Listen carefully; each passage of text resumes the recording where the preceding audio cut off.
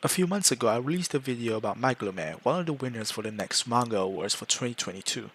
And during that video, I also mentioned that I might make a video about other mangas that won that award as well.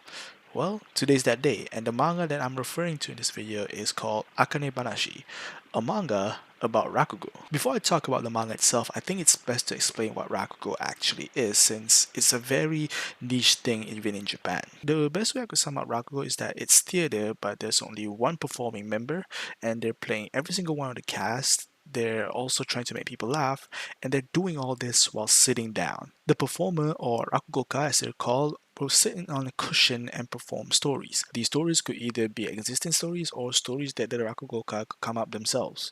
The most famous of these stories, of course, is the Jigimu Jigimu story. The cool and unique thing about rakugo is that the rakugoka would have to perform the characters and the dialogue exactly as they wanted to.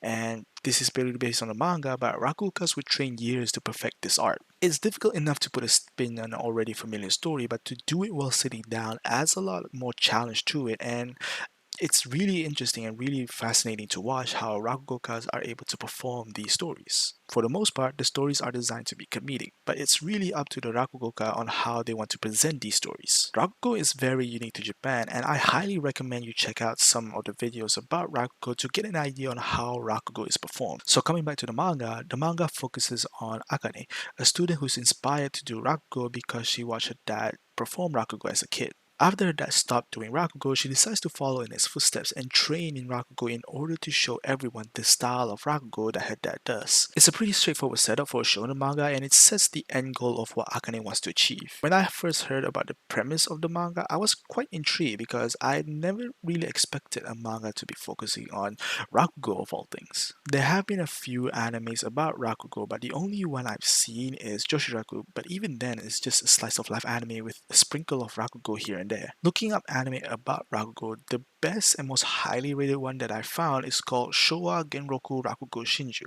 but having never seen it myself, I can't tell you if it's good or not. There's not really a lot of shows covering about rakugo in the first place, so a manga covering about rakugo is rather intriguing and definitely caught my interest. If you're familiar with rakugo performances has a lot of movement in it. The performers would lean everywhere and wave their hands around to tell the stories and have different expressions to convey about the characters. The manga does this surprisingly well. There's panels focusing on the character movements and detailing how they're telling these stories. It's similar with the Akame manga, where the mangaka would make sure to include every single little detail in every single panel without making it feeling cluttered for the viewer or for the reader. At times, it felt like I was watching an animated sequence in manga form. A story about Rakugo would obviously rely heavily on the Rakugo performances, and in my opinion, the manga does this extremely well. You can see how every performer performs, every little detail that sets them apart from the rest. You can feel them being nervous in front of the crowd. You can sense the energy that they bring into the performances, and I felt like it was insane that a manga would be able to convey these feelings and emotions so well. It's easy to expect this level of detail and everything in anime, but to do this in manga form, I feel like it's really, and I mean really impressive. The manga also has an actual rakugoka that supervises the stories,